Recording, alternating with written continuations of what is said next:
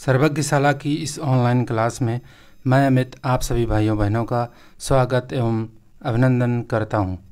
आज हम प्रश्नों के माध्यम से उत्तर प्रदेश सरकार की जो महत्वपूर्ण योजनाएं संचालित हैं उनकी चर्चा देखेंगे। इससे पूर्व हम केंद्र सरकार की जितनी भी महत्वपूर्ण योजनाएं थी उनकी चर्चा और प्रश्नों के माध्यम से जो है उनको हमने देखा था और उनकी विस्तृत व्याख्या देखी थी।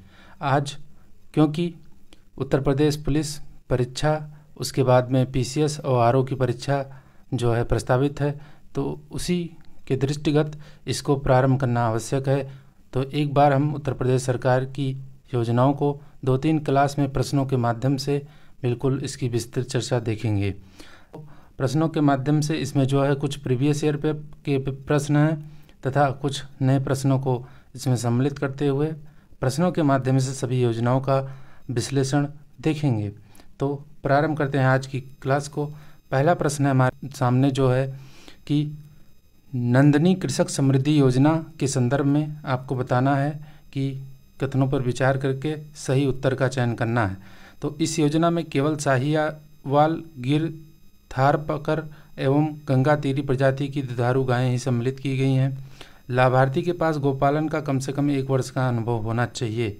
तो जैसा कि नंदनी कृषक समृद्धि योजना जो कि नंद बाबा मिशन, एक सरकार द्वारा नंद बाबा मिशन चलाया गया था 2023 में, नंद बाबा मिशन, उसी के तहत यह जो है संचालित की गई। ये भी 2023 में आई, 2023 नंद बाबा मिशन 2023 में, उसी के अंतर्गत इस योजना को भी प्रारंभ किया गया। और इसमें जो है प्रथम चरण में 2023-24 में क्या किया गया कि प्रदेश के जितने 10 मंडल हैं, आपको पता है कितने मंडल हैं, टोटल 18 हैं। तो प्रदेश के 18 में से 10 मंडल में मंडल में जो है उनके मुख्यालयों जनपद में, आपको पता है प्रत्येक मंडल का एक मुख्यालय जनपद होता है और एक मंडल में तो कई जनपद आते हैं, परंतु प्रत्येक मंडल का एक मुख्यालय जनपद होता है। तो उसी मुख्यालय जनपदों में इसको प्रारंभ किया गया। जैसे कि अगर बात करें तो 10 मंडलों के मुख्यालय जनपदों में जैसे अयोध्या है, अयोध्या, वाराणसी, प्रयागराज, गोरखपुर,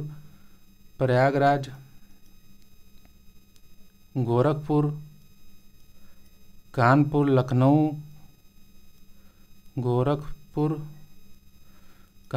लखनऊ, मेरठ, झांसी, आगरा एवं बरेली जैसे जो है मंडल के मुख्यालय जनपदों में इसको प्रारंभ किया गया।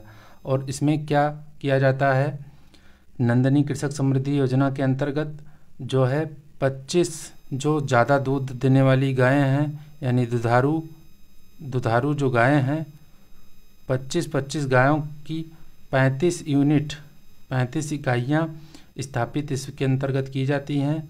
और कैसे की जाती हैं, दुधारू गायों में साहिवाल, गिर, ये सब देसी नस्ल की गायें हैं जो साहिवाल, गिरी, थारपारकर, साहिवाल हैं, गिरी हैं, थारपारकर और गंगा तीरी प्रजाति की ही गायें इसमें सम्मिलित की गई हैं। जो ये सभी गायें देसी नस्ल की गायें हैं।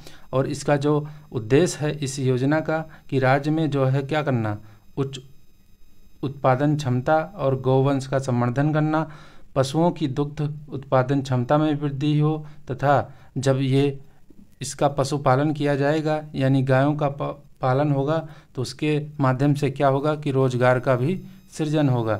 तो इस तरह से इस योजना का मुख्य उद्देश्य दुग्ध उत्पादन को बढ़ाना, गौवंश का संवर्धन करना तथा रोजगार के अवसर को बढ़ाना। और इसमें जो लाभार्थी होते हैं वो कैसे होते हैं, लाभार्थी स्थानीय होना चाहिए, यानी यूपी का ही होना चाहिए, स्थानीय होना चाहिए। और गौपालन का कम से कम, जैसे अब कोई नया आदमी जाएगा तो इसमें उसको यह लाभ नहीं मिलेगा, उसके पास कम से कम गौपालन का 3 वर्ष का अनुभव होना चाहिए, यानी उसके पास पहले से 5-6 गायें हों, उनका गौपालन किया जा रहा हो तथा जो जो पशु चिकित्सा अधिकारी होते हैं उनसे कुछ सर्टिफिकेट वगैरह भी चाहिए होता है। तो इसके माध्यम से 3 वर्ष का गौपालन का अनुभव होना चाहिए उसके पास। और इकाई हेतु जो उसके पास, जैसे मान लीजिए कि एक फार्म बनाना है, यानी एक यूनिट की स्थापना करनी है, तो उसको कम से कम 0.5 एकड़ की उसके पास भूमि हो, दिखाने के लिए कि हाँ हम यहाँ पे इसका पालन करेंगे। उसके बाद इसके अतिरिक्त 1.5 एकड़ की और ज़मीन होनी चाहिए जिसमें पशु चारा का जो है उत्पादन किया जा सके। तो इस तरह से नंदनी कृषक समृद्धि योजना के तहत यह पात्रता होती है। और जो नंद बाबा दुग्ध मिशन आया था, यह भी 2023 में प्रारंभ हुआ, और इसमें क्या करना था कि सरकार जो है अगले 5 वर्षों में इस पे 1000 करोड़ का जो है खर्चा करने वाली थी। और इसके तहत गांव में क्या किया जाता था, दुग्ध उत्पादक सहकारी समितियों के माध्यम से उन जो है गाँव में क्या दूध की बिक्री की सुविधा मुहैया कराई जाती है। और इसके तहत किसानों को उन्नत नस्ल की स्वदेशी गायों की खरीद के लिए जो है सरकार उनको अनुदान देती है, और यह अनुदान लगभग 50% होता है। यानी आपको मान लीजिए गाय खरीदनी है, उसकी कीमत 70,000 रुपये है, 70,000 रुपये है, तो सरकार लगभग 50% यानी 35,000 रुपये का अनुदान इसमें देती है। तो इस तरीके से यह जो नंद बाबा दुग्ध मिशन है यह संचालित है, जिससे कि दुग्ध उत्पादन होने के साथ साथ क्या हो, गौवंश का संवर्धन हो तथा जो है रोजगार का भी सृजन हो। हालांकि स्थितियां बिल्कुल इसके प्रतिकूल दिखाई देती हैं, क्योंकि राज्य में जो है छुट्टा जानवर का बहुत बड़ा प्रकोप है। सरकार को सबसे पहले तो एक मिशन इनके लिए चलाना चाहिए, जिससे छुट्टा जानवरों को भी जो समस्या है किसान झेल रहे हैं उससे उनको निजात मिल जाए। सरकार को इस पे बहुत विशेष ध्यान देने की ज़रूरत दिख रही है हमको, क्योंकि ग्रामीण क्षेत्र में आप जाएंगे तो छुट्टा जानवर पूरा एकदम किसान की फसल को तहस नहस किए हैं, और उसमें किसान की लागत भी बढ़ गई है। क्योंकि जब फेंसिंग करना होता है तो उनको जो कटीले तार होते हैं आदि ये लगाने के लिए सरकार जो है किसान के जो है व्यय में ज़्यादा वृद्धि हो गई इससे। और हालांकि जो गौवंश हैं इनके लिए भी यह खतरा का काम कर रहा है। तो सर्वप्रथम तो किसान के लिए ये ऐसी व्यवस्था हो कि ये जो गौवंश, छुट्टा गौवंश है, लावारिस जो घूम रहे हैं, इनको सरकार को पकड़ने का प्रयास करना चाहिए और इनके लिए कोई विशेष उपबंध करना चाहिए। हालांकि यह योजना है, इसको आपको पढ़ना है। तो इस योजना में यही 4 प्रजाति की जो गायें हैं यानी इनकी नस्ल हैं यही इसमें सम्मिलित है। और लाभार्थी के पास गौपालन के लिए कम से कम 1 वर्ष नहीं बल्कि 3 वर्ष का अनुभव इसमें होना चाहिए। तो इसमें सही कथन पूछा है, तो पहला कथन एकदम सही है। तो इस तरीके से आंसर को क्या हो जाएगा, इसका बी आंसर एकदम सही होगा। बी नहीं, यहाँ पर सी विकल्प कर लीजिए। विकल्प का क्रम इधर उधर हो गया है, लेकिन उत्तर केवल एक कथन सही है। तो इस तरीके से उत्तर इसका सी विकल्प एकदम सही होगा। अब बढ़ते हैं अगले प्रश्न की तरफ। अगला प्रश्न है, उत्तर प्रदेश में किसान बही योजना लागू की गई थी। बताना है कब लागू की गई थी। तो किसान बही योजना जो कि 1992 में आई, 1992 में आई। इसमें क्या किया जाता है, इसमें किसान के जो है किसान का विवरण होता है। इसमें किसान का क्या होता है, विवरण होता है। कैसा विवरण, उनके पास कैसी भूमि है, यानी खेती की योग्य कितनी भूमि है और कुल भूमि कितनी है। खेती की योग्य भूमि और कुल भूमि कितनी है, इसका एक ब्यौरा तैयार करके, जैसे बैंक पासबुक होता है उसी प्रकार का एक बही खाता यानी एक बुक दिया जाता है किसान को, जिसमें उससे संबंधित पूरे विवरण होते हैं। और इस बुक पर जो है तहसीलदार तथा कानूनगो के हस्ताक्षर से यह किसान बही जारी किए जाते हैं। इसको ध्यान रखिएगा, तहसीलदार और कानूनगो इस पर हस्ताक्षर करता है और इसको फिर जारी किया जाता है। तो इस तरीके से इस प्रश्न का उत्तर 1992 में होगा। 92 में ही यह योजना लागू की गई थी। और मैंने बता दिया कि इसमें किसान का विवरण होता है, कृषि योग्य कितनी भूमि है उसके पास, कुल भूमि कितनी है, और इसमें पासबुक की तरह एक जो है बुक दी जाती है, उसी में सारा विवरण होता है और उस पर कानूनगो और तहसीलदार के हस्ताक्षर होते हैं। अब तीसरा प्रश्न है हमारे पास कि लैंड होल्डिंग्स यूनिकोड प्रणाली का मुख्य उद्देश्य है। यह आपको बताना है। लैंड होल्डिंग्स यूनिकोड प्रणाली पहली बात है क्या, तो यह जो है प्रदेश सरकार द्वारा फरवरी 2021 में लाई गई थी यह प्रणाली। और प्रणाली कह लीजिए यह कार्यक्रम है पूरी तरीके से जितने लैंड होल्डिंग्स हैं, लैंड होल्डिंग्स उनको क्या एक यूनिक नंबर दिया जाता है जिससे उनका रिकॉर्ड दर्ज किया जा सके। तो इसमें एक यूनिक नंबर होता है, वह नंबर 16 अंकों का डिजिट होता है, यानी 16 अंकों का होता है। 16 डिजिट के एक यूनिक नंबर दिए जाते हैं प्रत्येक लैंड होल्डिंग्स के लिए। तो इसका जो उद्देश्य है वह क्या है कि इसमें भूमि विवादों की जांच करना बिल्कुल है, और विवादित भूमि की नकली रजिस्ट्रियों को समाप्त करना। जब एक किसी पर्टिकुलर ज़मीन की जो है एक यूनिक जो नंबर होगा, प्रत्येक लैंड होल्डिंग्स का यूनिक नंबर होगा, तो उस नंबर के माध्यम से जो है फर्जी जो नकली रजिस्ट्री होती हैं उनको रोका जा सकेगा, और लोगों को धोखेबाजों के जाल में फंसने से बचाना है। तो बिल्कुल बचेंगे, क्योंकि फर्जी रजिस्ट्री बंद होगी तो जो है जो ग्राहक हैं वो भी इस धोखेधड़ी से बच जाएंगे। तो इस तरीके से यह भी सही है।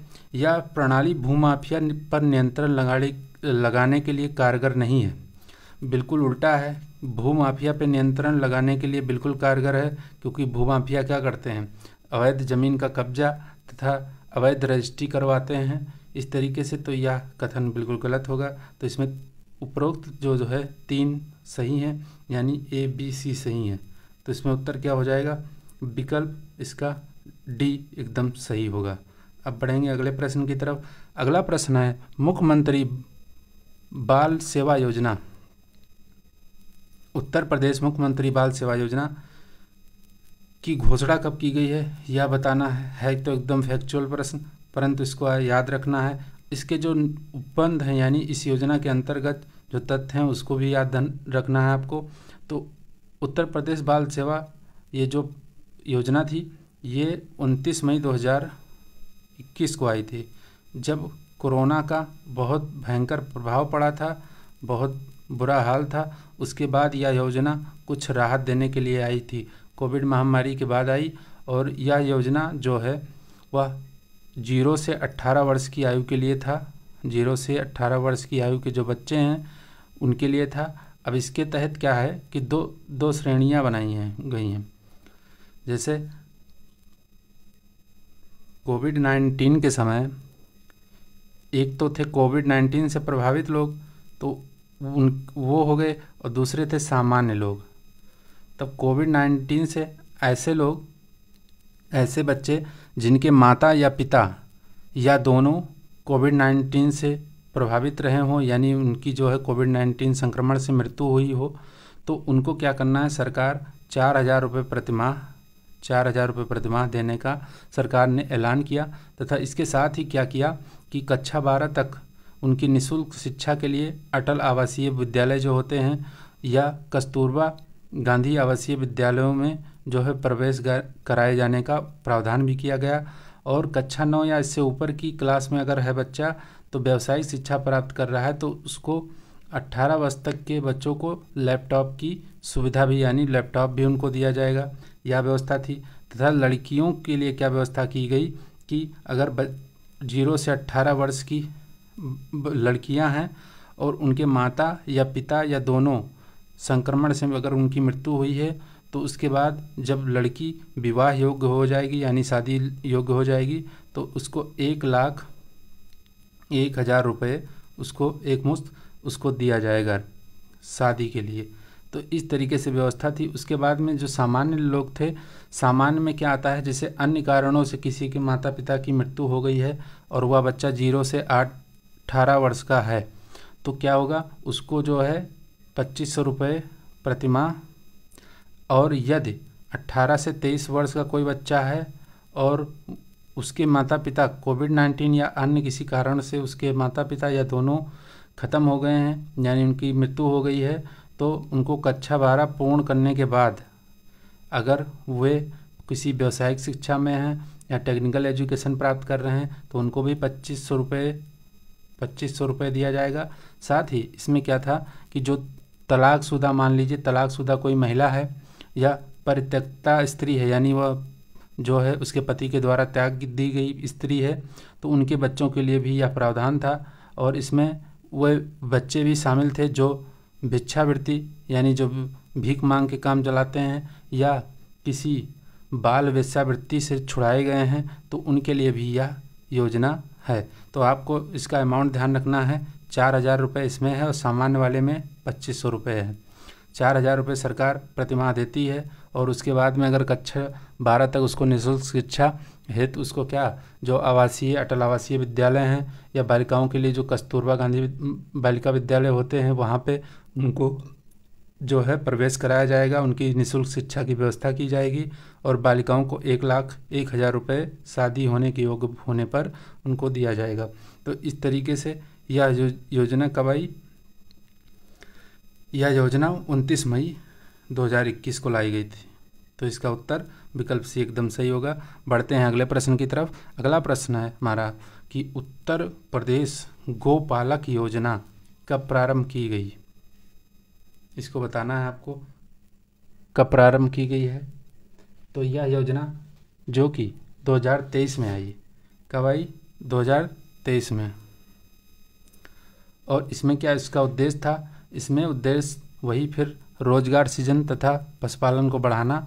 और इसमें क्या किया जाता है कि डेयरी फार्म खोलने के लिए 9 लाख रुपए दिए जाते हैं ऋण के रूप में और इसमें कम ब्याज पर ऋण उपलब्ध कराया जाता है। आसान इसमें जो है शर्तें होती हैं और शर्त इसमें क्या है, बस युवा स्थानीय हो तथा उनके पास पहले से 5 गाय या भैंस हो, 5 गाय या भैंस हो और फिर उन्हें क्या 10-20 गाय और ख़रीदने के लिए यानी डेयरी खोलने के लिए उनको 9 लाख रुपए का जो है ऋण दिया जाता है, वो भी कम ब्याज पे। और भी जो पात्रताएं हैं जैसे वो राज्य का निवासी हो, राज्य का नागरिक मतलब स्टेट का हो, अदर स्टेट का नहीं इसमें जो है पात्रता पूर्ण कर पाएंगे। तो इस तरीके से इसमें यह योजना जो आई वह 2023 में आई। तो इस प्रश्न का उत्तर यह हो जाएगा। बढ़ेंगे नेक्स्ट प्रश्न की तरफ। अगला प्रश्न हमारा बीसी सखी योजना। बीसी सखी योजना के निम्न में से कौन कार्य नहीं है? इस योजना के माध्यम से ग्रामीण क्षेत्र में महिलाओं के माध्यम से बैंकिंग सेवाएं उपलब्ध कराई जाती हैं। यह बैंकिंग सेवाएं डिजिटल डिवाइस के माध्यम से प्रदान की जाएंगी। डिजिटल डिवाइस खरीदने के लिए महिलाओं को 30,000 रुपये की धनराशि उपलब्ध कराई जाएगी और महिलाओं को 6 महीने तक प्रतिमाह 4,000 रुपये की धनराशि भी वेतन के रूप में प्रदान की जाएगी। तो इसमें बताना है आपको कौन सा कार्य नहीं है। तो जैसा कि बीसी सखी जो 22 मई 2020 को प्रारंभ किया गया, 22 मई 2020 को प्रारंभ किया गया और उद्देश्य क्या था? महिलाओं को बैंकिंग सेवाओं से जोड़कर बेहतर रोजगार प्रदान करना। ये इनको बीसी इनको बोलते हैं बैंकिंग करस्पॉन्डेंट, बैंकिंग करस्पॉन्डेंट इनको बोलते हैं बैंकिंग करस्पॉन्डेंट सखी। ये क्या करती हैं? ग्रामीण क्षेत्रों में जो है जाके बैंकिंग सेवाएं जो है उपलब्ध कराती हैं और ये इससे क्या होता है महिलाओं को बैंकिंग सेवाओं से जो है जुड़ाव होता है उनका और रोज़गार भी मिल जाता है। 6 महीने के लिए उनको 4,000 रुपये की धनराशि भी दी जाती है और डिजिटल डिवाइस खरीदने के लिए जो है इनको 30,000 नहीं बल्कि 50,000 रुपये की धनराशि दी जाती है। तो इसमें गलत यही हो जाएगा और उत्तर इसका यही हो जाएगा। बाकी 22 मई 2020 को प्रारंभ हुई। उद्देश्य महिलाओं को मतलब ग्रामीण क्षेत्र में महिलाओं के माध्यम से बैंकिंग सेवाएं उपलब्ध कराना, बिल्कुल सही बात है। और ये अंततोगत्वा इसका जो उद्देश्य होगा क्या? फाइनेंशियल इंक्लूजन यानी वित्तीय समावेशन। तो इस तरीके से ध्यान रखिएगा। तो इस प्रश्न का जो उत्तर होगा वह आपका कौन सा होगा? सी विकल्प सही नहीं है क्योंकि यहाँ पे 30,000 नहीं बल्कि 50,000 है। अब बढ़ेंगे अगले प्रश्न की तरफ। अगला प्रश्न है हमारा कि सुमेलित करना है आपको कि कौन सी जो योजनाएं हैं वो किस वर्ष आई, किस डेट में आई, यह आपको बताना है 7वें प्रश्न में। तो राम मनोहर लोहिया समग्र विकास योजना, यह जो 17 मई 2012 को आई थी योजना, जब जो है प्रदेश में समाजवादी पार्टी की सरकार बनी तो मनोहर लोहिया जी के नाम पे इसको लाया गया 17 मई 2012 को। इसका उद्देश्य क्या था कि जो गांव है राजस्व गांव के विकास की मुख्यधारा से उसको जोड़ना, और जो आधारभूत सुविधाओं से वंचित हैं, जहाँ पे आधारभूत सुविधाएं मौजूद नहीं हैं उनको जोड़ा जाए। तो इसमें बहुत सारे काम थे, जैसे रोड, संपर्क मार्ग, ग्रामीण विद्युतीकरण, नालियाँ और ये सब बनाना, जो शौचालय का निर्माण है, आवास का निर्माण है, तालाबों का जो जीर्णोद्धार किया जाता है, प्राथमिक विद्यालय की स्थापना। आप समझ लिए कि जो है ग्रामीण क्षेत्र से संबंधित जितने भी कार्य थे वह इसमें जुड़े थे। डॉक्टर राम मनोहर लोहिया समग्र आवास समग्र विकास योजना, इसमें आप सुने भी होंगे, पहले जब सपा सरकार थी तो उसमें कहा जाता था कि उनको लोहिया आवास प्राप्त हुआ, लोहिया सड़क बनी, ऐसे मतलब समग्र विकास योजना थी। इसमें बहुत सारी योजनाएं संचालित होती थी। तो यह आई थी 17 मई 2012 को। उसके बाद जनेश्वर मिश्र ग्राम योजना जो है यह 13 अगस्त 2012 को आई, 13 अगस्त 2012 को। और उसके बाद में ये जो संजीवनी परिवहन योजना है यह आई 2009 में। और इसका जो उद्देश्य था कि ग्रामीण क्षेत्रों में जो जच्चा बच्चा हैं वह उनको वाहन सुविधा उपलब्ध कराना। जैसे किसी आज जो ये चल रहा है एम्बुलेंस वगैरह जो चल रही हैं, उसी तरीके से ये योजना थी कि यानी किसी की डिलीवरी होनी है महिला की, तो उसके लिए ये सब सेवाएं देने के लिए जो है संजीवनी परिवहन योजना शुरू की गई थी। और ये कस्तूरबा गांधी बालिका विद्यालय ये 2004 में आई। इसका उद्देश्य एक आवासीय विद्यालय उपलब्ध कराना है जो ग्रामीण मतलब जो SC ST, इसमें क्या होता है कस्तूरबा गांधी बालिका विद्यालय में यह आवासीय विद्यालय होते हैं। और इसमें क्या व्यवस्था होती है कि इसमें प्रावधान है कि SC ST और माइनॉरिटी अल्पसंख्यक इनके लिए 75% रिजर्वेशन होता है, यानी 75% इनके लिए सीटें रिजर्व होती हैं। तथा जो BPL से होते हैं, BPL से उनके लिए 25%। तो इस तरीके से टोटल 100% सीटों का बंटवारा होता है और यह एक आवासीय विद्यालय है। तो यह 4 में आया। तो D का 4 एक ही विकल्प में है, D कथन एकदम आपका सही हो जाएगा। D का एक मिनट D3 होगा। 1 मिनट में मिला देता हूँ सारा। देखिए D3 राम मनोहर लोहिया जो कि A2 हो जाएगा। और उसके बाद में जनेश्वर मिश्रा ग्राम योजना जो कि आई आपकी जो है 13 अगस्त 2012 को, यानी A का 2 और B का 1, A का 2 B का 1 और C का जो है 4 है और D का 3 है। तो इस तरीके से B विकल्प इसका एकदम राइट होगा। अगला प्रश्न है हमारा कि राम मनोहर लोहिया ग्राम विकास योजना कब लागू की गई। अभी बताया मैंने पिछले प्रश्न में ही। इस प्रश्न का उत्तर क्या हो जाएगा, सीधे फैक्चुअल प्रश्न है 17 मई 2012 को। तो बढ़ेंगे अगले प्रश्न पे। जनेश्वर मिश्र ग्राम योजना कब प्रारंभ की गई यह बताना है आपको। तो यह 13 अगस्त 2012 को आई थी। और इसमें क्या होता है, हर गांव के लिए 40 लाख रुपए का बजट रखा जाता था, 40 लाख रुपए। और ये बजट किस पे काम करते थे, वही आधारभूत सुविधाओं के लिए, जैसे CC रोड, नाली निर्माण और जहाँ पे मतलब कहीं आवश्यक हो तो सोलर लाइट आदि इसका व्यवस्था की जाती थी। 40 लाख रुपए का बजट प्रावधान था। हालांकि यह सब योजनाएं अभी संचालित नहीं हैं, लेकिन मैं एक बात बताना चाहूँगा आप लोगों को कि कुछ महत्वपूर्ण जो है पुरानी योजनाओं को ध्यान रखना है, ज़्यादा नहीं। जो राज्य की हैं उसमें पुरानी योजनाएं ज़्यादा नहीं पूछी जाती हैं, उसमें नई योजनाओं से संबंधित प्रश्न आते हैं। परंतु कुछ जो चर्चित योजनाएं हैं वो पिछले 7-8 साल, 5-10 साल, इससे ऊपर की नहीं याद रखनी है, उससे ऊपर की नहीं आती हैं। बहुत रेयर है कि कोई पुरानी बहुत राज्य की योजनाएं आती हों। केंद्र की तो सारी योजनाएं आती हैं, लेकिन राज्य की पुरानी योजनाओं से ज़्यादा प्रश्न नहीं आते हैं। बस 7-8 साल की पुरानी योजनाओं से कभी कभार पूछे जाते हैं और ज़्यादातर जो प्रश्न आते हैं वह नई योजनाओं से आते थे। तो इस तरीके से 13 अगस्त 2012 को योजना आई थी और हर गांव में क्या 40 लाख रुपए का बजट रखा जाता है, जिससे आधारभूत सुविधाएं वहां पे प्रदान की जाएं। तो इस प्रश्न का उत्तर 9 का क्या होगा, बिल्कुल A होगा। 13 अगस्त 2012 बिल्कुल सही है। अब बढ़ेंगे अगले प्रश्न की तरफ। अगला प्रश्न हमारा 17 अक्टूबर 2020 को उत्तर प्रदेश मुख्यमंत्री ने मिशन शक्ति अभियान किस जिले से प्रारंभ किया था? बहुत अच्छा प्रश्न है, बहुत बढ़िया। ये जो अभियान है ये बहुत अच्छा कारगर दिख रहा है और इसके तहत जो कार्य किए जा रहे हैं बहुत बढ़िया उत्तम कार्य हैं। तो यह जो योजना है या अभियान समझिए, या ये जो अभियान है यह प्रारंभ हुआ था देवी पाटन, सुने हैं आप? देवी पाटन शक्तिपीठ मंदिर है, देवी पाटन शक्तिपीठ मंदिर। अगर यह जानते हैं आप तो पता चल गया होगा किस ज़िले में है देवी पाटन शक्तिपीठ मंदिर। वहीं से मिशन शक्ति अभियान प्रारंभ किया गया। यह बलरामपुर ज़िले में है। और कब प्रारंभ किया गया? 17 अक्टूबर 2020 को। यह भी ध्यान रखिएगा। और इसका जो उद्देश्य है वह महिलाओं, बालिकाओं तथा बच्चों की सुरक्षा और उनकी गरिमा और उनको सुरक्षित करना तथा उनको स्वावलंबी बनाना।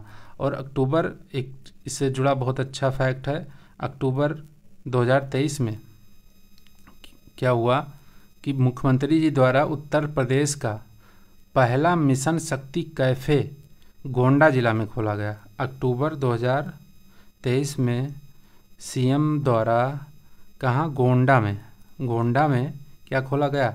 मिशन शक्ति कैफ़े। इसको ध्यान रखिएगा। अब यह क्या है मिशन शक्ति कैफ़े? तो यह कैफ़े जो है स्वयं सहायता समूह यानी सेल्फ हेल्प ग्रुप्स के सदस्यों द्वारा संचालित है। और इसमें क्या किया जाता है कि महिलाओं को सशक्त बनाने के लिए जो है इसमें बातें होती हैं तथा बच्चों को पौष्टिक भोजन भी उपलब्ध कराया जाता है। तो इस कैफ़े के माध्यम से बच्चों को पौष्टिक भोजन और महिलाओं को सशक्त बनाने का काम किया जाता है। और जैसा कि आप जानते होंगे कि मिशन शक्ति अभियान के तहत बहुत सारे कार्य किए जा रहे हैं, जैसे pink toilet, pink booth police station और ऐसे बटालियन भी बनाई जा रही हैं। बहुत अच्छा कार्य है। मिशन शक्ति अभियान बहुत इम्पोर्टेंट भी है, तो इस तरीके से ध्यान रखिएगा। यह बलरामपुर ज़िले से प्रारंभ किया गया था। अगला प्रश्न है हमारा, उत्तर प्रदेश के लघु एवं सीमांत कृषकों के लिए निःशुल्क बोरिंग योजना, जो कि किसानों के लिए बोरिंग यानी किसानों के लिए बोरिंग की सुविधा उपलब्ध हो, तो उनको जो बोरिंग के कुछ इक्विपमेंट हैं यानी पाइप वगैरह वो किसानों को उपलब्ध कराई जाती है, वो भी निःशुल्क। तो यह प्रदेश सरकार द्वारा कब लाई गई थी यह आपको बताना है, निःशुल्क बोरिंग। तो यह जो लाई गई वह है 1985 में। कब लाई गई? 1985 में। और इसमें क्या किया गया था कि जैसे मान लीजिए किसी क्षेत्र में बहुत ज़्यादा पहले से बहुत पानी का अतिदोहन हो रहा है, यानी वहाँ पे ट्यूबवेल ज़्यादा चल रहे हैं, यानी वहाँ का वाटर लेवल जो है नीचे है, तो वहाँ पे नहीं, और जो क्रिटिकल विकास खंड होते हैं उनको छोड़ के बाकी सभी जनपदों में इसको लागू किया गया। और इसके अंतर्गत जैसा कि सीमांत कृषक यानी जिनके पास 1 हेक्टेयर से कम है, सीमांत कृषक जिनके पास 1 हेक्टेयर से कम भूमि है, और जो लघु कृषक हैं यानी जिनके पास 1 से 2 हेक्टेयर, लघु कृषक 1 से 2 हेक्टेयर, इन्हीं के लिए था। यानी बड़े दीर्घ कृषकों के लिए असुविधा नहीं थी, क्योंकि अगर कोई बड़ा किसान है तो वह सक्षम होगा अपने यहाँ बोरिंग, ट्यूबवेल आदि के लिए। तो इसलिए लघु और सीमांत कृषकों के लिए मुफ्त की योजना जो लाई गई थी, जिसके माध्यम से सारे जो उसके संबंधित इक्विपमेंट हैं वह उपलब्ध कराए जाते हैं। तो यह 1985 में आई योजना, इसको ध्यान रखिएगा। अब प्रश्न आपका जो है 12 नंबर का है। आपको बताना है कि नवंबर 2019 में संपन्न उत्तर प्रदेश की बैठक में अंबेडकर विशेष रोजगार योजना का नाम परिवर्तित कर दिया गया और बाबा साहब अंबेडकर रोजगार प्रोत्साहन योजना किए जाने से संबंधित प्रस्ताव को मंजूरी दी गई। इस योजना के संबंध में आपको बताना है कौन सा कथन सही नहीं है, गलत कथन का चयन करना है। तो इसकी बात करें अगर अंबेडकर विशेष रोजगार योजना, तो यह 2004 में आई थी। पहले वाली जो योजना थी अंबेडकर विशेष योजना, यह 2004 में आई थी। उसके बाद में जैसा कि 2019 में इसका नाम बदल दिया गया, और नाम बदल के क्या कर दिया गया, बाबा साहेब अंबेडकर रोजगार प्रोत्साहन योजना। यह योजना सभी जाति, वर्ग, धर्म सभी के लिए थी। और इसमें क्या किया जाता है कि इसमें 18 से 65 आयु वर्ग के लोग जो है इसके लाभार्थी बन सकते हैं, और उनको ऋण की सुविधा दी जाती है। और ऋण उन्हीं को प्राप्त होता है जिनके परिवार की आय 2 लाख से कम हो। सभी धर्म, सभी वर्ग, सभी जात के लिए है। बस आय कितनी होनी चाहिए? 2 लाख से कम हो, 18 से 65 वर्ष की आयु के लिए हो, और अन्य योजना से प्राप्त ऋण के लाभार्थी इसके पात्र नहीं होंगे। कठिनाइयों के निराकरण हेतु इसमें मुख्यमंत्री जी को अधिकृत किया गया है। यानी कोई इससे संबंधित अगर कोई बात होती है तो इसमें जो है मुख्यमंत्री जी उसका निर्णय करेंगे। तो इस योजना को के संदर्भ में होने वाली कठिनाइयों के निराकरण हेतु ग्राम विकास मंत्रालय यानी मंत्री को अधिकृत किया गया है। यह कथन बिल्कुल गलत है। यह योजना ग्राम विकास विभाग बिल्कुल ग्रामीण क्षेत्र से संबंधित है और उसी विभाग द्वारा संचालित है। इस योजना के अंतर्गत संशोधित व्यवस्था के तहत अनुसूचित जाति जनजाति दिव्यांग को 35% अनुदान अथवा अधिकतम 70,000 रुपये जो भी कम हो तक का ऋण अनुदान दिया जाता है, और सामान्य जाति को यही व्यवस्था 25% या अधिकतम 50,000 रुपये जो भी कम हो ऋण का अनुदान दिया जाता है। तो इसमें रोजगार प्रोत्साहित करने के लिए योजना है। यानी अगर आप कोई व्यापार, कोई छोटा उद्यम करना चाहते हैं तो उसके माध्यम से आप जो है ऋण ले सकते हैं, और ऋण की जो सुविधा है वह आपको पता है 70,000 रुपये है। अनुसूचित जनजाति और अनुसूचित जाति के लिए और दिव्यांग के लिए है। और वहीं अगर सामान्य जाति की बात करें तो उनके लिए 50,000 रुपये अधिकतम या 25% ये व्यवस्था है। तो इस प्रश्न का उत्तर क्या हो जाएगा? आपका बी मतलब कथन ए गलत है, और गलत कथन का ही चयन करना था आपको। अब 13वां प्रश्न है आपके सामने कि climate smart village pilot project Uttar Pradesh के कितने जिलों में संचालित है? यह आपको बताना है कि कितने जिलों में संचालित है।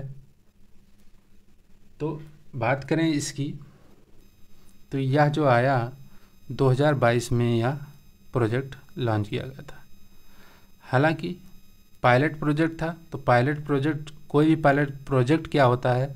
पायलट प्रोजेक्ट उसको कहते हैं जैसे कोई सरकार किसी क्षेत्र में यानी किसी योजना को संचालित करनी है, लेकिन वह पहले ट्रायल लेना चाहती है। यानी कुछ क्षेत्रों में या कुछ ज़िलों में या कुछ ग्राम क्षेत्रों में, मतलब कहीं पे उसको पहले लागू करके उसका परफॉर्मेंस देखती है कि कैसे उसका परफॉर्मेंस है। जब वह पायलट प्रोजेक्ट सफल हो जाता है तो वह पूरा जो है पूरे देश के लिए या पूरे राज्य के लिए उसको लागू कर दिया जाता है। तो पायलट प्रोजेक्ट वही होते हैं जो एक ट्रायल बेसिस पे लिए जाते हैं। तो यह ऐसा ही एक प्रोजेक्ट है climate smart village pilot project.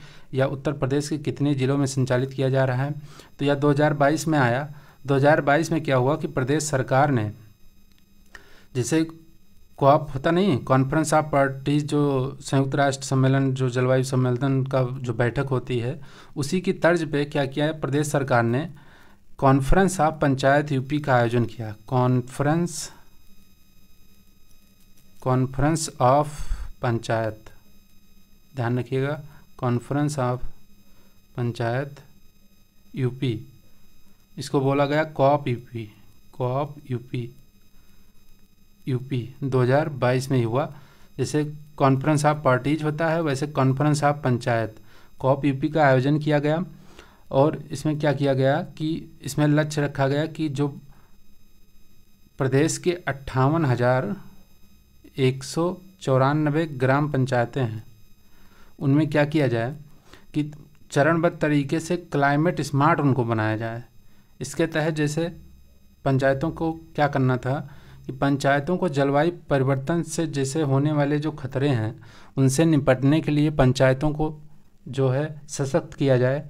उनको जैसे बाढ़ है, सूखा है, प्राकृतिक आपदाएं जो आती हैं, यानी जो क्लाइमेट चेंज से संबंधित जो भी कोई प्रॉब्लम आती है तो उनको पंचायत को सशक्त किया जाए, उसमें क्षमता निर्माण की व्यवस्था की जाए। तो यही इस प्रोजेक्ट का जो है उद्देश्य है। और यह पायलट प्रोजेक्ट के रूप में पहले 39 जिलों में लागू की गई है, यानी 75 जिलों में नहीं 39 जिले में सर्वप्रथम इसको लागू की गई है। अगला प्रश्न हमारा, उत्तर प्रदेश मुख्यमंत्री जन आरोग्य योजना कब प्रारंभ की गई? यह आपको बताना है। जैसा कि PM जय योजना सुने होंगे आप, बहुत अच्छे से सुने होंगे, पूर्व की क्लासेस में इतनी अच्छे से इसको एक्सप्लेन किए हैं। PM जय योजना जब आई 2018 में, तो उसी के बाद जो है प्रदेश सरकार ने क्या किया कि उत्तर प्रदेश मुख्यमंत्री जन आरोग्य योजना लाए। लेकिन यह कब आई? यह 1 मार्च 1 मार्च को आई थी 2019 को। तो इसको क्यों लाया गया? हालांकि केंद्र सरकार की जो पीएम-जय योजना है ये तो चल ही रही है, लेकिन इसको लाने का जो मेन रीज़न है वह यह है कि जैसे पीएम-जय योजना से जो वंचित यानी इसके जो लाभार्थी इससे जो बच गए हैं, जो इसके लाभार्थी नहीं बन पाए हैं, पीएम-जय योजना से जो वंचित लोग हैं उनको लाभ देने के लिए ये मुख्यमंत्री जी द्वारा इसको लाया गया। तो पीएम-जय योजना में जैसा कि आप जानते होंगे बीपीएल हैं और कुछ कैटेगरी अब और भी बनाई गई हैं, सभी के लिए नहीं है। तो यह योजना जो इससे बच गए, जिन लोगों को यह योजना समाहित नहीं करती, उसके लिए मुख्यमंत्री जी द्वारा यह योजना लाई गई। तो इसके लिए क्या किया गया, 35 से जो 40 वर्ष आयु के प्रदेश के नागरिक हैं उनके लिए यह योजना लाई गई। इसमें भी वही 5 लाख रुपए का स्वास्थ्य बीमा कवर दिया जाता है, तो याद ध्यान रखिएगा। और यह मध्यम वर्गीय तथा आर्थिक रूप से जो कमज़ोर परिवार हैं उनको लाभ देने के लिए यह योजना लाई गई थी 1 मार्च 2019 को, इसको ध्यान रखिएगा। अगला प्रश्न है हमारा, सबरी संकल्प अभियान उत्तर प्रदेश में शुरू किया गया था, मतलब किसके लिए शुरू किया गया यह आपको बताना है। तो सबरी संकल्प अभियान यह 2 अक्टूबर 2017 को आया था। कब आया? 2 अक्टूबर 2017 को। और यह जैसे आप जानते होंगे राष्ट्रीय पोषण अभियान चल रहा है, उसी के तहत इसको लाया गया था। इसमें इसका उद्देश्य क्या है कि महिलाओं तथा बच्चों को कुपोषण से मुक्त करना इसका मुख्य उद्देश्य था। और यह योजना राज्य के 29 जिलों में पहले प्रारंभ की गई थी। तो इसमें कुपोषण को मिटाना था, यही इस योजना का लक्ष्य था। और यह राष्ट्रीय पोषण मिशन के हिस्से के रूप में इसको लाया गया था। तो इस प्रश्न का उत्तर क्या हो जाएगा आपका? इस प्रश्न का उत्तर आपका विकल्प बी एकदम राइट है। अब बढ़ेंगे अगले प्रश्न की तरफ। अगला प्रश्न हमारा, समाजवादी पेंशन योजना को स्थानांतरित कर मुख्यमंत्री पेंशन योजना कब प्रारंभ की गई? यह आपको बताना है। यह योजना जो समाजवादी पेंशन योजना है यह भी कई बार पूछी गई है एग्ज़ाम में, इसलिए इसको यहाँ पे रखे हैं। तो समाजवादी पेंशन योजना की बात करें तो यह 28 फरवरी 2014 को आई थी। और इसमें क्या गया था, बचत को बढ़ावा देना तथा बीपीएल लोगों को वित्तीय सहायता प्रदान करना इसका जो मुख्य उद्देश्य था। और इस योजना ने यानी समाजवादी पेंशन योजना ने जो पूर्व की योजना थी, क्या होता है हमारे देश में सबसे बड़ा देश का दुर्भाग्य ये है कि कोई भी सरकार जैसे ही बदलती है तो या तो वो पूर्व की योजनाओं को बंद कर देती है या उसका पुनर्नामकरण कर देती है। यानी वह बहुत, और सबसे बुरी बात है वह यह है कि लोग अपने नाम पे जो है योजनाओं को संचालित करते हैं। कोई भी सरकार का प्रमुख उद्देश्य होना चाहिए कि किसी व्यक्ति विशेष के नाम पे योजनाओं को न संचालित करे। हाँ, उन व्यक्ति विशेष को शामिल कर सकते हैं जो वर्तमान में नहीं हैं, यानी उनका देश के लिए बहुत बड़ा योगदान रहा हो, या जो हमारे स्वतंत्रता सेनानी हैं, या कोई और भी ऐसे जो हों जो वीर गति को प्राप्त किए हों देश के लिए, तो उनके नाम पे रखिए, सामान्य सी बात है। लेकिन राजनेताओं के नाम पे योजनाओं को नहीं रखना चाहिए। और अधिकतर सरकारें क्या करती हैं, जैसे ही सरकार चेंज हुई तुरंत योजना का नाम चेंज हुआ या तो योजना बंद हो गई। तो यह बहुत बड़ा दुर्भाग्य है, क्योंकि किसी भी योजना का क्रियान्वयन जो है जब लंबे समय तक और सतत प्रक्रिया में बहुत अच्छे से होता है, उसका जो मॉनिटरिंग है बहुत अच्छे से होता है, तभी उसको सफल किया जा सकता है। तो क्या हुआ कि समाजवादी पेंशन योजना ने जो पहले से चल रही थी योजना लक्ष्मीबाई पेंशन योजना, लक्ष्मीबाई, तो जैसे समाजवादी सरकार आई तो उसने इस योजना को बंद करके क्या कर दिया, समाजवादी पेंशन योजना। ठीक है। उसके बाद क्या हुआ कि इसको जब सरकार फिर बदली, बीजेपी की सरकार आई, तो फिर उसने क्या कर दिया कि 1 अप्रैल 2018 को इसका फिर नाम बदल के क्या कर दिया, मुख्यमंत्री पेंशन योजना कर दिया गया। तो मुख्यमंत्री किया गया तो ये भी अच्छा है, कोई दिक्कत नहीं है। बस किसी के नाम पर, राजनेता के नाम पे ना हो, जो वर्तमान में नेतागिरी कर रहे हैं उनके नाम पे होता है तो थोड़ा सा अच्छा नहीं लगता है। बाकी ऐसे राजनेता हों जिनका योगदान बहुत बड़ा रहा हो या जिनकी उपलब्धि बहुत बड़ी रही हो और वर्तमान में नहीं हो, तो उनको एक श्रद्धांजलि स्वरूप आप किसी योजना का जो है क्रियान्वयन कर सकते हैं या प्रारंभ कर सकते हैं। तो वो अच्छा लगता है। लेकिन वर्तमान में नेतागिरी करते हुए आप अपनी योजना का नाम खुद के नाम पे रख लें तो यह बहुत शोभा नहीं देता। तो इस तरीके से इस प्रश्न का जो उत्तर हो जाएगा वह आपका क्या होगा कि कब किया गया, 1 अप्रैल 2018 को इसका नाम चेंज कर दिया गया, मुख्यमंत्री पेंशन योजना। वर्तमान में यही संचालित है और इसमें क्या है कि यह अब इंटीग्रेटेड योजना हो चुकी है मुख्यमंत्री पेंशन योजना। इसमें बहुत सारी योजनाएं जो सोशल सिक्योरिटी से संबंधित हैं, यानी सामाजिक सुरक्षा से, जैसे दिव्यांगों के लिए, महिलाओं के लिए, विधवाओं के लिए, ऐसे ही तमाम लोगों को जो जितने भी सोशल समाज में ऐसे हैं जिनको सहायता की आवश्यकता है उनको यह जो है दी जा रही है या इसका लाभ दिया जा रहा है। इसके तहत 500 रुपये जो है पेंशन के रूप में दिए जाते हैं, 500 रुपये मासिक। तो ये भी ध्यान रखिएगा। इस प्रश्न का उत्तर आपका जो है 1 अप्रैल 2018 हो जाएगा। बढ़ेंगे अगले प्रश्न की तरफ।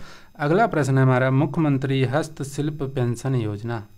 जैसा कि हस्तशिल्प से संबंधित जो कारीगर हैं, मजदूर हैं, उनके लिए यह योजना थी और यह योजना 2017 में आई।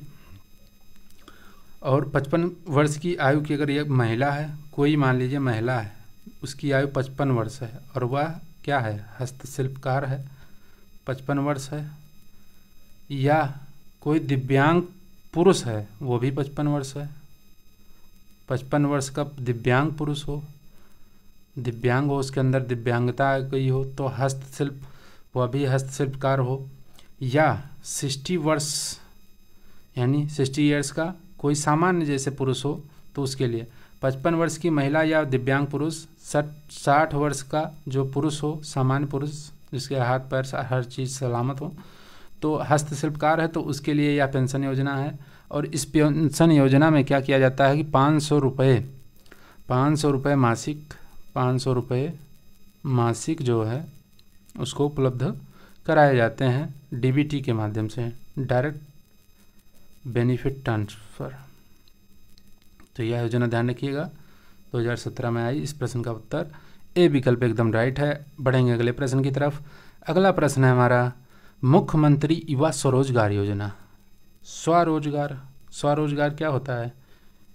खुद जो व्यक्ति रोजगार करे और खुद एम्प्लॉय बन जाए, यानी स्वरोजगार, रोजगार कौन सा हो, किसी के दिया नहीं हो, किसी सरकार का प्रोवाइड ना हो, किसी कंपनी ना हो, खुद का रोजगार हो, तो उसी को स्वरोजगार बोलते हैं। तो जाहिर सी बात है यह योजना कैसे संबंधित होगी, स्वरोजगार देने के लिए, यानी कोई आदमी है उसको स्वरोजगार करना है, कोई जो है उद्यम प्रारंभ करना है तो उसके लिए यह योजना थी। इसमें यह 15 सितंबर 2018 को प्रारंभ की गई। उद्देश्य वही, युवा बेरोजगारों को वित्तीय सहायता दी जाए जिससे क्या हो कि वह व्यवसाय अपना प्रारंभ करके स्वरोजगार प्राप्त करें। तो इसमें व्यवसाय प्रारंभ करने के लिए 25 लाख रुपए का ऋण, 25 लाख रुपए का ऋण दिया जाता है और 6% ब्याज पर।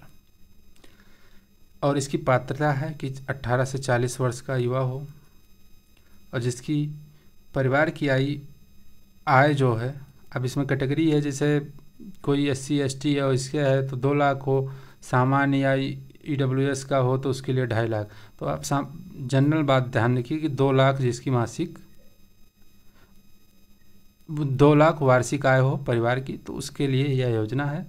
2 लाख वार्षिक किसी व्यक्ति की आय हो, 18 से 40 वर्ष के बीच का हो तो उसको जो है 25 लाख रुपए तक का ऋण 6% ब्याज की दर पे मिलेगा। क्या करने के लिए? अपना स्वरोजगार करने के लिए। कोई जो है उसको बिजनेस स्टार्ट करना है, कोई व्यवसाय करना है तो उसके लिए यह दिया जाएगा। तो यह कब? 2018 में प्रारंभ हुई, 15 सितंबर 2018। अगला प्रश्न हमारा, उत्तर प्रदेश में पंचायत मित्र योजना किस वर्ष प्रारंभ की गई? यह पंचायत मित्र होते हैं जो पंचायतों की सहायता यानी उनके प्रशासनिक लेखा कार्य आदि में सहयोग करने के लिए यह योजना लाई गई थी। और यह योजना जो है वह आपकी 4 फरवरी 2006 को लाई गई थी। कब? 4 फरवरी 2006 को प्रारंभ हुई थी। 2006 को प्रारंभ की।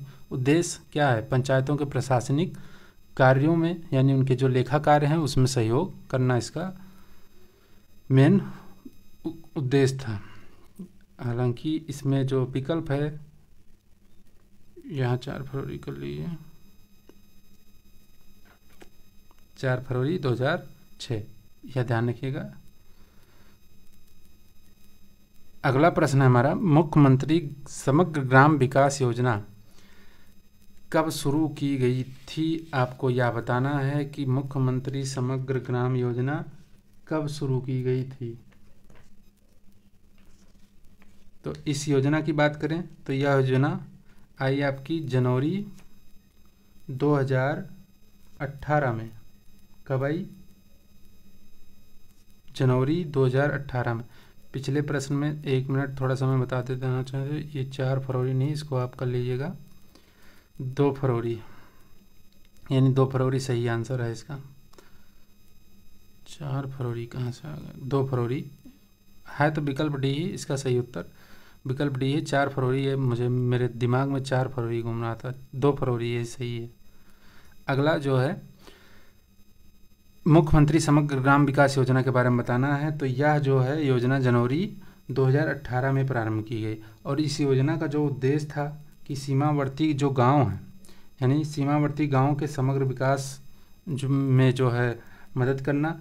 और इस योजना के तहत जो सरकार है क्या करती है, शहीदों के, कोई शहीद है उसके गांव को शहीद ग्राम के रूप में उसका विकास करती है और उसका नामकरण कर देती है शहीद ग्राम।